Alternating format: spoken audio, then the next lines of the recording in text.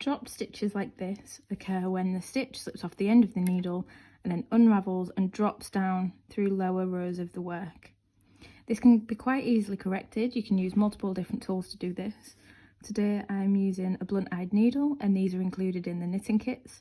Alternatively, you could use a crochet hook, or if you don't have bits of equipment like this, you could use a hair grip, or you can use a cocktail stick or tweezers, just anything that is thin enough to fit through the stitches.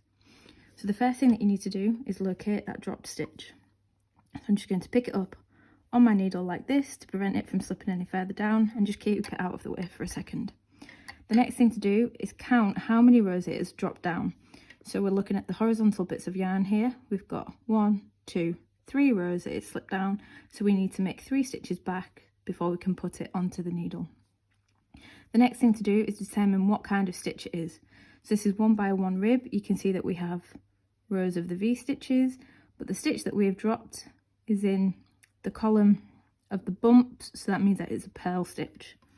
So to pick these back up, for a purl stitch, you need the stitch to be at the back behind the horizontal piece of yarn that we want to work into it. We then take the needle and push it through the loop from back to front, and then we will point the needle down and under the horizontal bit of yarn and then pull it up to make a stitch, like so. Then repeat that a couple more times. So you want the horizontal yarn at the front and the stitch at the back. Push the needle through from back to front, then point it down and underneath the horizontal yarn to pull it up to make a new stitch. We've got one more left. Bring the horizontal yarn in front, push the needle from back to front, and push it down underneath the horizontal yarn and pull that up to make a new stitch. Now that you've got this new stitch at the top, we've worked through all of those rows, ready to put it back onto the needle. So you need to be careful how you do this. You need to make sure that the right leg is at the front of this needle and that the left leg is at the back. So once that's on, you're ready to continue making the stitch. So it was a purl stitch, so I'll bring the yarn to the front and continue with my work. I will also show you what to do if it is a knitted stitch that drops off. So if we just slide that off to demonstrate and unravel through a couple of rows, we'll do 3.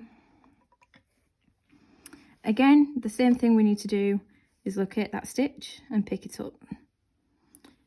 Then I will count how many rows it's dropped through. So actually this is now dropped through 4. We've got 1, 2, 3, 4 horizontal bits of yarn.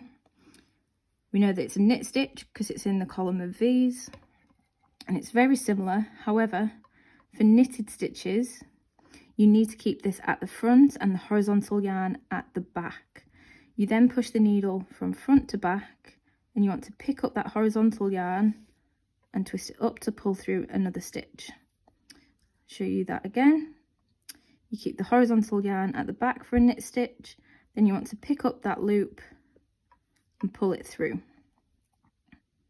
This one may be a little trickier because you're pushing the needle from front to back, so you can't exactly see what you're doing at the back. It just takes a little bit of practice, and pull that up. If you do find this a little bit trickier and you prefer doing the purl, or vice versa, if you're doing purl and you prefer the knit, what you can do is keep hold of that stitch and flip your knitting over so that it's on the opposite side. So now what I can do is do a purl stitch. So if I keep the horizontal yarn, at the front, and I push the needle from the back to the front, and then pull it through like so.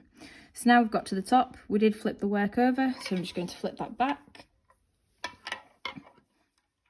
and then slide that back onto the needle to carry on. Ooh.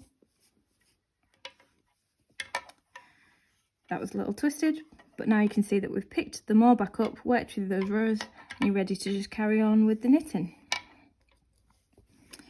If you have dropped stitches and you didn't realise and then you carried on with the knitting, that's okay. You can just undo the stitches back until the point where you've dropped it and then pick up the stitches like shown in this video.